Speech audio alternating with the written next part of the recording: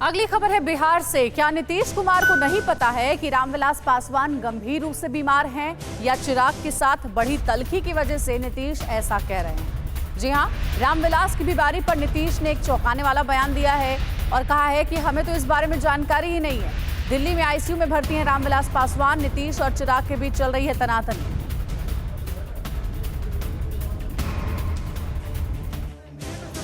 बिहार में मुकाबला एनडीए बनाम महागठबंधन का है, लेकिन फिलहाल दोनों ही खेमे के योद्धा घर में ही एक दूसरे से निपट रहे हैं। चर्चा सबसे ज्यादा नीतीश बनाम पासवान की। नीतीश से बीमार चल रहे सीनियर पासवान के स्वास्थ्य के बारे में पूछा गया तो बिहार के सीएम ने जवाब दिया, हमको बहुत नहीं मालूम है। हमको बहुत नहीं मालूम है। हमको बहुत नहीं मालूम है। आप भी कमाल करते हैं नीतीश बाबू। माना कि बेटे चिराग ने लंका लगा रखी है, तो क्या उनके पिता रामविलास को लेकर आप इतने कठोर और अनजान हो जाएंगे? हमको बहुत नहीं मालूम। 5 दिन पहले चिराग पासवान ने बिहार के पार्टी कार्यकर्ताओं के लिए दिल्ली से एक चिट्ठी लिखी थी। चिट्ठी में पिता रामविलास पासवान के आईसीयू में होने का जिक्र था और मार्मिक संदेश भी कि एक बेटे के नाते वे इस हालत में पिता को छोड़कर बिहार नहीं आ सकते। लेकिन उसी चिट्ठी के निचले हिस्से में 2-3 पंक्तियां ऐसी थी जो नीतीश को चुभने वाली जरूर थी। चिराग ने मौजूदा नीतीश सरकार के बारे में कहा था कि वो 2015 में बने महागठबंधन की नीतियों पर चल रही। साथ ही चिट्ठी में चिराग ने ये भी लिखा था कि बिहार के लिए एलजेपी का अपना एक अलग विजन है। अब सवाल ये कि नीतीश की नाराजगी अगर चिराग की चिट्ठी के निचले हिस्से में लिखी पंक्तियों से है, तो ये कैसे मुमकिन है कि बिहार के मुख्यमंत्री ने चिट्ठी का पूरा ऊपरी हिस्सा ना पढ़ा हो? लेकिन सीनियर पासवान की सेहत के सवाल पर नीतीश कह रहे हैं कि हमको नहीं मालूम।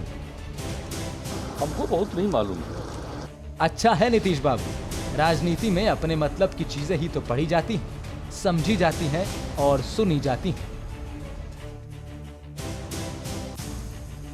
अगली खबर का रुख कर रहे हैं। सवाल यह है कि आज जब हर किसी को अपनी आजादी पसंद है, फिर चाहे बोलने की हो, रहने सहने की हो, ऐसे में फिर किसान की आजादी से परेशानी क्यों है? किसान बिल को लेकर विरोध का एक पॉइंट और भी है और वो है एमएसपी यानी न्यूनतम समर्थन मूल्य। कृषि बिल के खिलाफ किसान संगठनों ने आज भारत बंद बुलाया है और विपक्षी पार्टियों ने भी इस बंद का समर्थन किया है। कांग्रेस समेत कई ऐसी विरोधी पार्टियां हैं जो कि किसानों के इस बंद का समर्थन करती हैं। कृषि बिल पर बीजेपी का जागरूकता अभियान हालांकि आज से ही शुरू हो रहा है। विपक्ष के आरोपों का जवाब देने के लिए बीजेपी का ये अभियान है। किसानों को ये समझाने के लिए ये जागरूकता अभियान है कि ये बिल दरअसल उनके हित में है।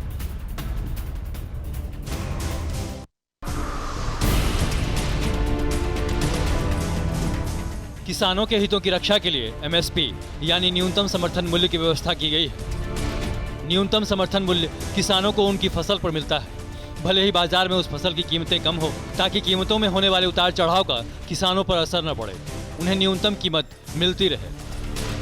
किसानों की मदद के मकसद से एमएसपी की शुरुआत 1965 में हुई थी और तब से बदस्तूर जारी है। लेकिन इससे फायदा कितने और किन किसानों को पहुंचता है, ये जानकर आप चौंक जाएंगे।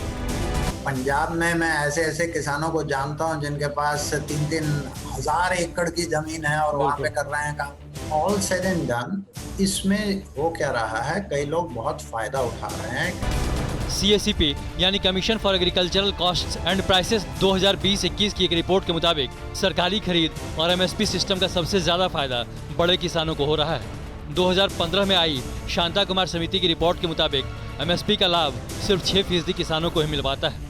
मतलब 94% किसान एमएसपी के फायदे से दूर रहते हैं। सरकारें भले ही हर साल 23 फसलों के लिए एमएसपी तय करती आई हैं, लेकिन आमतौर पर धान और गेहूं की ही खरीद हो पाती है। मूंगफली, सोयाबीन, अरहर और दूसरी फसलों की सरकारी स्तर पर खरीद नहीं हो पाती, जिसके बाद किसान को बिचौलियों की शरण लेनी पड़ती है। जिससे किसानों को बचने के लिए लाए गए बिलों में से एक है कृषक सशक्तिकरण एवं संरक्षण कीमत आश्वासन समझौता व कृषि सेवा पर करार बिल 2020, जिसका मुख्य मकसद किसानों को उनकी फसल की उचित और निश्चित कीमत दिलवाना है। ये बिल किसानों को छूट देता है कि वो कंपनियों से कॉन्ट्रैक्ट करके अपनी कीमत पर फसल बेच सकें। दरअसल अभी किसान की कमाई पूरी तरह मानसून या मौसम पर निर्भर करती है। फसल खराब होने का भी खतरा रहता है, लेकिन नए कानून के तहत किसानों का सारा रिस्क पहले से कॉन्ट्रैक्ट करने वाले खरीदार पर शिफ्ट हो जाएगा। अभी किसान आढ़तियों के जरिए या खुद से मंडियों में फसल बेचते हैं, लेकिन नए कानून के तहत किसान फसल और खरीदार के बीच एक सीजन या फिर 5 साल के लिए हो सकता है कॉन्ट्रैक्ट। मतलब ये कि जिन बिलों को किसान विरोधी बताकर हवा खड़ा किया जा रहा है, उसकी हकीकत कुछ और है। तमाम मुश्किलें सहकर किसान हमारी और आपकी थाली में रोटी पहुंचाता है। अब उस किसान की फिक्र कम होने वाली है और उसकी थाली में छेद करने वालों की फिक्र बढ़ने वाली है। क्या आप पर भी बरपा है जालसाजी का कहर? सपने टूटे आपके, न घर के न घाट के।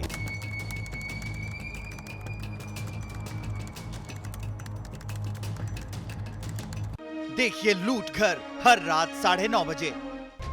फिक्र आपकी,